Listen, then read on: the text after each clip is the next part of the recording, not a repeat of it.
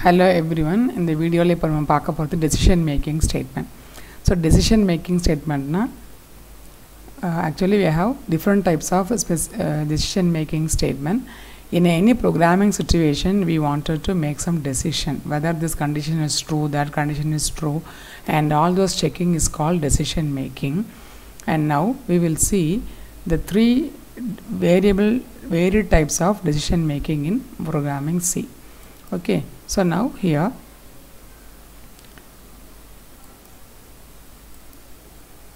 there are three types of statement here. And what is the base of the if statement is the if statement is used to perform the operation based on some specific condition. If some condition is true, we can execute some operation. So that is the purpose of this if statement. So we have if statement, if else statement, if else if ladder, and we have nested if. When we have only one condition to check, we can go for the if statement. We'll see the example here. We'll see the syntax of this program. So here, if any expression, this may be a relational expression or logical expression which gives the answer as true or false. Okay, so if the condition becomes true, the code in between these two brackets, that is this block, if block, will be totally executed. That is what shown in the program here. Condition checking, if it is true, the if code is executed.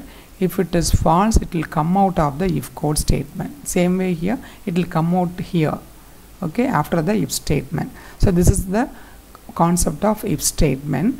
We have already seen the programming example in the last videos. Okay, and now next is if else statement. What is if else statement is, if this expression is true, this part is executed, otherwise this part is executed. That means if the expression becomes false, straightly it will come to this part of this program.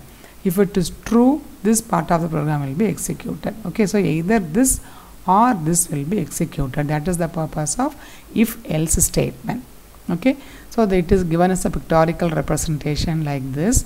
The condition is checked. If it is true, if code is executed. If it is false, else code is executed. And then after, whether it is if code is executed or else code is executed, the program execution will come to the statements after the if statement. Like here, it will come after executing either of this, it will come to this part of the execution. Okay, that is the concept of if else statement. This is applicable when we have two conditions, one is true, other may be false. Okay, and then this is the if else if ladder when we have more conditions to check, like condition 1, condition 2, condition 3, condition 4, condition 5, etc.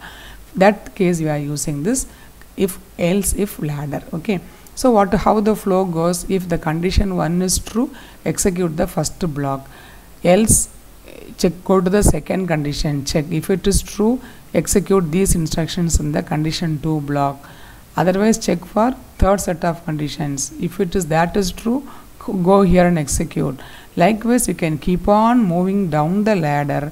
We can execute whichever the condition becomes true. So once it becomes true, it will close here itself. If it is false, it will come down to here. If it is true, it is executed here. If it is false, it comes to here. So either condition is true, the block is executed, otherwise it will come to the next else if, and so on. Finally, the last else statement is executed if all the conditions are false. Okay, so this is the purpose of the if else if ladder when you have more number of conditions to check. Okay, I have given this is the flow diagram to implement, to just to show how this if else ladder works. Condition 1 false, go to condition 2, false condition go to 3, etc. condition n, and finally the last statement of the program. Likewise here, if it is true, execute the statement block 1 and then go to the next statement. If second is true, then come here, execute the second and go to the next statement after the if statement.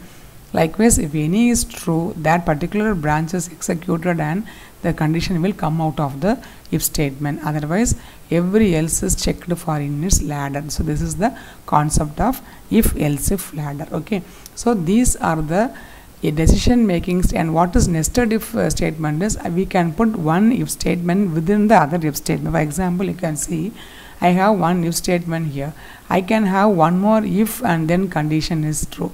So this is applicable when we have the real applications to be solved. When you start solving some problem, that way we can think of multiple nested if. What is nested if or nested anything is one within the other is called nest. Okay, so if suppose if I put this here one expression if, that is called as an nested if.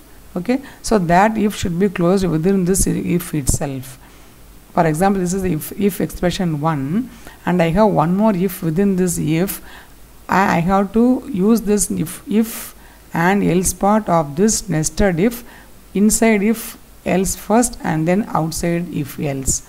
So that is totally within the one if statement within the other if statement. That is called as an nested if. Okay, so this is how the decision making statement helps to perform any checking so that we can do any logic in the program as we wish. Hope you understood the basic concepts of decision making statement.